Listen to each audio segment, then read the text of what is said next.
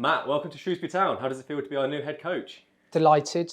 It's been a long process, but one that now I can't wait to get stuck into. I think when you come to the stadium, when you look at the infrastructure behind the football club, there's nothing but a huge burning desire and excitement as I sit here now talking to you. Can you describe your management style, your playing style, things like that? I think one thing I have learned over the last 13 to 14 months is not to put that into a box. I'm very aware that the football club here has a successful playing style, something that's worked, obviously, with the finish last season. I think it's the second highest in 32 or 33 years, if I'm correct. So there's a lot going right at the football club. Now, what do I hope to bring? I hope to be able to allow the players to really express themselves. You know, there's some exceptional footballers here, and part of my role and my style will be to give them a platform and a structure in which they can then go and express themselves and entertain the loyal supporters. Anything else we can expect from a Matt Taylor team? Without doubt, you know, if I look back at my career and I look at what made me successful, it was hard work, energy.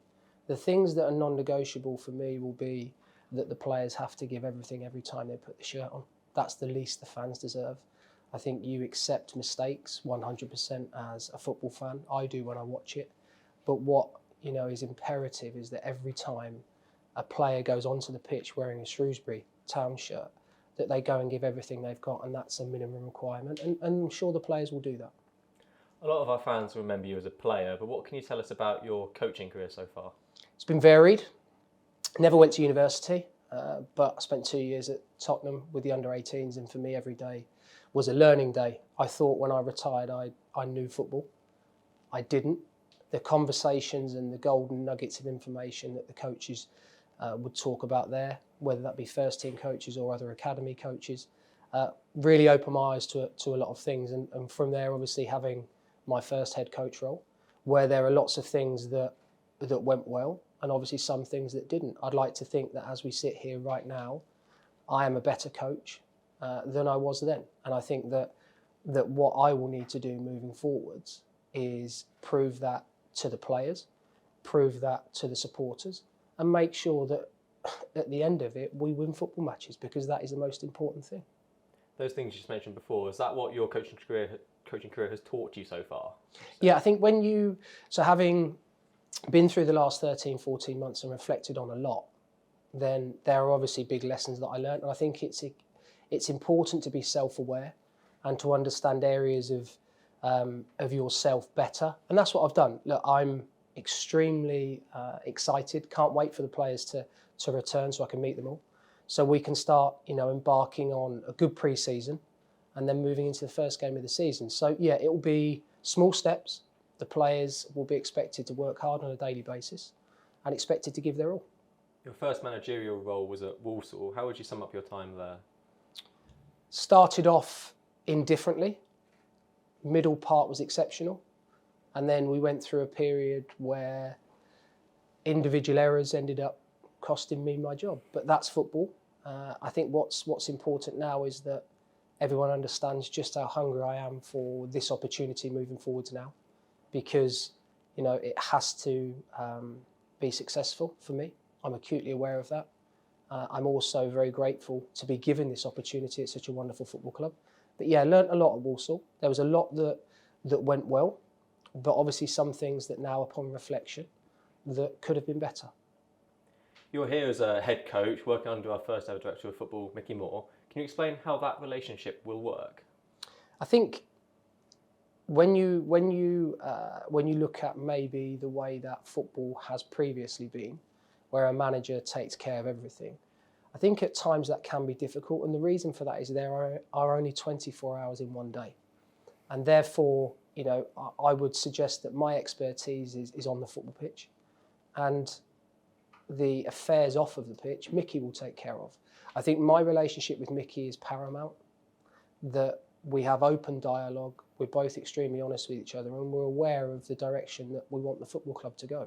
On the pitch, of course, I'll be making the decisions alongside the staff, but there's a lot of conversations that we've already had and that we will have moving forwards, because Mickey has been brought into the football club to perform a role, which I think he's exceptional at. To have the opportunity to work with him is another big pull for me.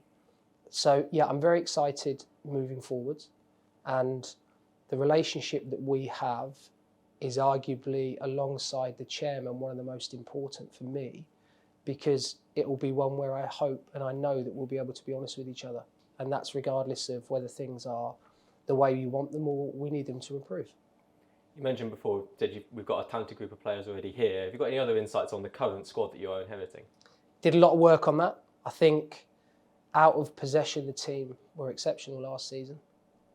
Didn't concede a huge amount of goals in games, bar maybe one or two.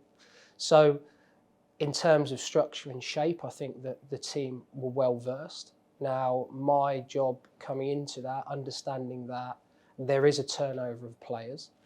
There are players that have left, and moving forwards, we need to make sure that we recruit players to fulfil the roles within the team in which we see that we need. However, what I will say, and I think Mickey and I are on the same page with this, that the person is more important than the player. And what I mean by that is we need good characters, because there are already good characters alongside very good footballers at the football club already. So yeah, really excited. Mickey is already moving on with that process, as you would imagine. So yeah, it's going to be an environment where I think that we're going to create, we want to try and create players that are able to receive the ball under pressure, able to twist, turn, but also understand that it's all underpinned by what you do out of possession. And as I say, you know, I look back at my career and hard work got me to the top. And I think that has to be, without a shadow of a doubt, the underpinning for everything this season. When does work with the players start for you? When do you meet them, and when do they come back in for pre-season? Yeah, the players are returning for pre-season at the weekend. So I'll have a busy 4 or 5 days now, making sure that I meet all the staff, making sure that I'm aware of procedures and plans that have already been put in place, and then planning a tough 4 to 5 week pre-season. So the players are back in, they report on Sunday for testing. So it'll be great to meet them all then. I would imagine that moving forwards, hopefully I'll make contact with the majority of them, because it's imperative that they understand what's expected of them before they walk in the door. We know Mickey is working on additions. Where do you feel the squad needs new players to come in?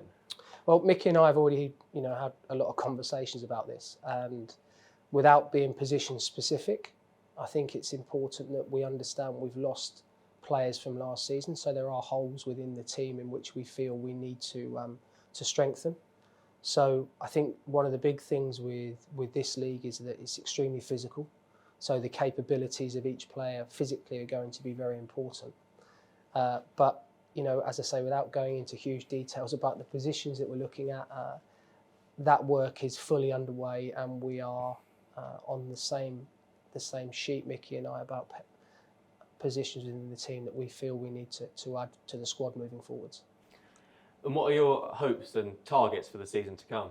I think what I've learned in football is it's very difficult to look too long term. But my aim this season is to make sure that the first game of the season at home against Cheltenham, that the team are healthy, prepared, understand their roles and responsibilities, and go out and put together a performance for the supporters. Because one thing that I am aware of is that the football club here and its supporters are local, which is what I love about this football club. So therefore, the players have to be ready for that first game. Beyond that, obviously, the aim is to win as many games as football as possible. But let's, take one step at a time. And the most important thing is that we get the players in on Sunday. We work extremely hard throughout pre-season, and we take them to the edge without breaking them, making sure that everybody is ready physically and mentally for the first game of the season at home against Cheltenham. Brilliant. Thanks for your time, Matt. Thanks. Welcome to the club. Thank you.